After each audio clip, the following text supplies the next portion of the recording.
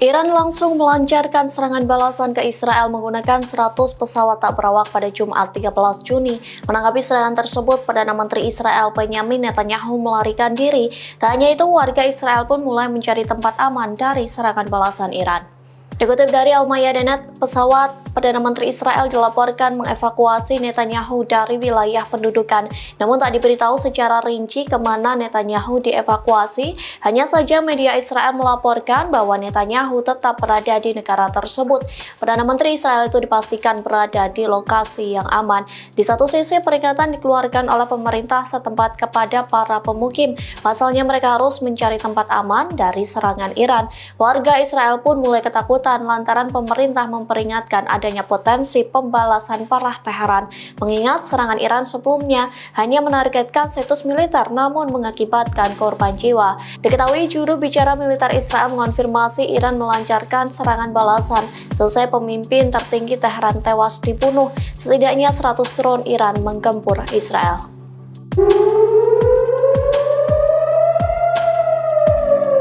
Situasi mencekam di Tel Aviv selesai Iran melancarkan serangan balas dendam ke Israel pada Jumat 13 Juni. Pasalnya Tel Aviv langsung mengumumkan darurat nasional, bahkan warga mulai berlarian bersembunyi ke bunker. Menteri Pertahanan Israel Katz mengumumkan keadaan darurat nasional seusai serangan balasan Iran. Katz mengatakan Iran bisa saja meluncurkan serangan lebih parah ke Tel Aviv. Oleh sebab itu, sirine serangan udara berbunyi di seluruh kota Israel sebagai peringatan untuk warga tetap berada di daerah yang dilindungi. Bahkan semua pertemuan publik dan kegiatan pendidikan dihentikan. Komando Front Dalam Negeri Israel menghimbau warga untuk berlindung di bunker. Perintah itu berlaku mulai dari Jumat 13 Juni pukul 3 waktu setempat hingga Sabtu malam. Tak hanya itu, beberapa penerbangan dari dan ke Israel juga dibatalkan. Pasalnya Israel menutup wilayah udaranya di tengah ancaman serangan Iran.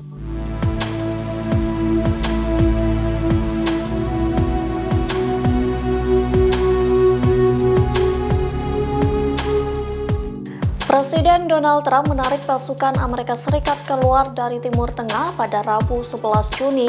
Penarikan pasukan ini terjadi 2 hari sebelum Israel membunuh Komandan Korps Garda Revolusi Islam atau YRGC Iran, Jenderal Hossein Salami. Adapun penarikan pasukan itu lantaran meningkatnya ketegangan dengan Iran. Dikutip dari Reuters, pasukan Amerika Serikat ditarik keluar dari kawasan Timur Tengah karena wilayah tersebut bisa menjadi tempat berbahaya. Tak hanya itu, Amerika Serikat juga mempersiapkan evakuasi sebagian kedutaan besarnya di Irak. Keputusan Amerika Serikat untuk mengevakuasi sejumlah personilnya muncul di saat yang tidak menentu di kawasan tersebut. Terlebih upaya Trump untuk mencapai kesepakatan nuklir dengan Iran justru berada di jalan buntu. Tak hanya itu, penarikan personil Amerika Serikat lantaran intelijen Washington telah membocorkan bahwa Israel akan melakukan serangan ke fasilitas nuklir Iran. Informasi itu terbukti lantaran Israel menyerang fasilitas nuklir Iran pada Jumat 13 Juni. Bahkan serangan Israel mengakibatkan komandan IRGC Iran tewas. Sementara saat ditanya terkait penarikan pasukan Amerika Serikat, Trump mengatakan bahwa negaranya tidak memiliki senjata nuklir. Oleh sebab itu, ia membawa personil militernya ke tempat yang aman.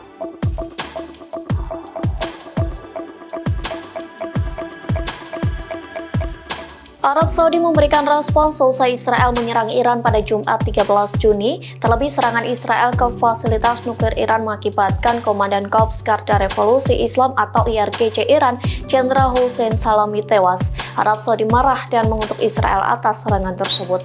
Dikutip dari Anadolu, respons itu disampaikan Menteri Luar Negeri Arab Saudi Faisal bin Farhal Al Saud.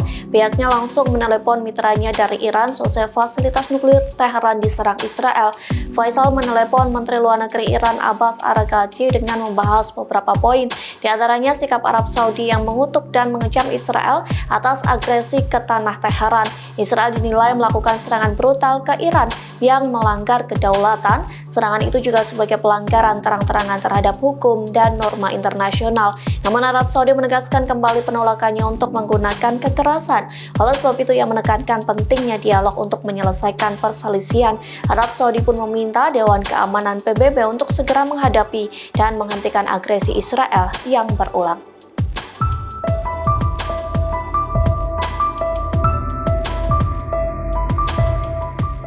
Rusia memberikan respons seusai Israel menyerang fasilitas nuklir Iran pada Jumat 13 Juni. Kremlin mengutuk serangan Israel yang disebutnya sebagai eskalasi dramatis ketegangan antara kedua negara. Tak hanya itu, Rusia pun meminta masyarakat internasional ikut mengecam agresi Israel. Dikutip dari Moscow Times, hal itu disampaikan juru bicara utama Rusia Dmitry Peskov. Ia mengaku prihatin dengan serangan Israel yang merusak fasilitas nuklir Teheran. Peskov mengaku selalu menerima update informasi mengenai situasi di Iran seusai serangan dari pasukan pertahanan Israel atau IDF. Kementerian Luar Negeri Rusia menuduh Israel melanggar piagam PBB dan hukum internasional.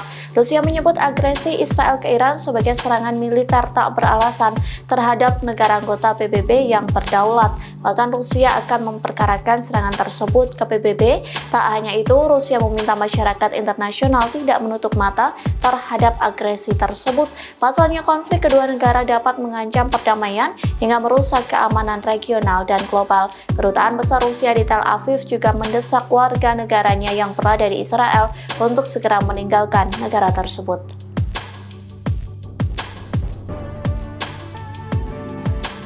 Iran mengibarkan bendera merah simbol balas dendam seusai diserang Israel pada Jumat 13 Juni. Bendera merah itu menandakan seruan untuk keadilan dan pembalasan, terutama ketika darah tertumpah secara tidak adil.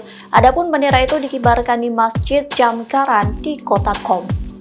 Dikutip dari Tribunnews.com, ratusan pengunjuk rasa turut berkumpul di saat bendera merah itu dikibarkan. Demonstran melambaikan bendera Iran dan meneriakkan slogan-slogan anti-Israel. Mereka murka lantaran serangan Israel mengakibatkan korban jiwa, termasuk komandan militer IRGC dan ilmuwan nuklir. Sementara bendera merah itu bertuliskan frasa bahasa Arab yang memiliki arti "Hai para penuntut balas Hussein". Bendera merah itu sering dikibarkan di atas masjid selama bulan Muharram, sehingga bendera itu jarang dikibarkan di luar bulan tersebut. Di satu sisi, serangan balasan Iran langsung diluncurkan pada Jumat 13 Juni. Tehran meluncurkan setidaknya 100 drone ke wilayah Israel.